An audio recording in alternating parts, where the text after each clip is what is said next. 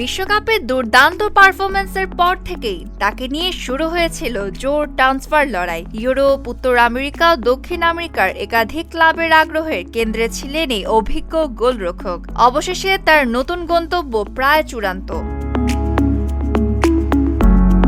Cape ভার্দের গোলরক্ষক ভোজিনহার সঙ্গে চুক্তি করতে যাচ্ছে চিলির ঐতিহ্যবাহী ক্লাব কোলো কোলো। ট্রান্সফার বিশেষজ্ঞ ফ্যাব্রিজিও রোমানোর তথ্য অনুযায়ী ফ্রি এজেন্ট এই গোলরক্ষকের সঙ্গে 2027 সালের ডিসেম্বর পর্যন্ত চুক্তির বিষয়ে দুই পক্ষ চূড়ান্ত সমঝোতায় পৌঁছেছে। বিষয়টি নিশ্চিত করেছেন ক্লাব সভাপতি অনিবাল মুসা। এখন শুধু আনুষ্ঠানিক ঘোষণার অপেক্ষা। পর্তুগালের দ্বিতীয় বিভাগের ক্লাব চাভেজ ছেড়ে আসা 39 বছর বয়সী ভোজিনহাকে 2027 সালের কোপা লিবার্তাদোরেসকে সামনে রেখে দলে নিচ্ছে কোলো কোলো।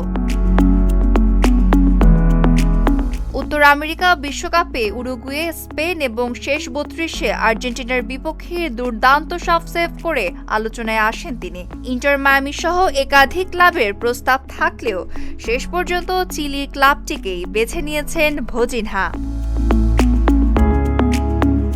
Desk report, Dhaka post.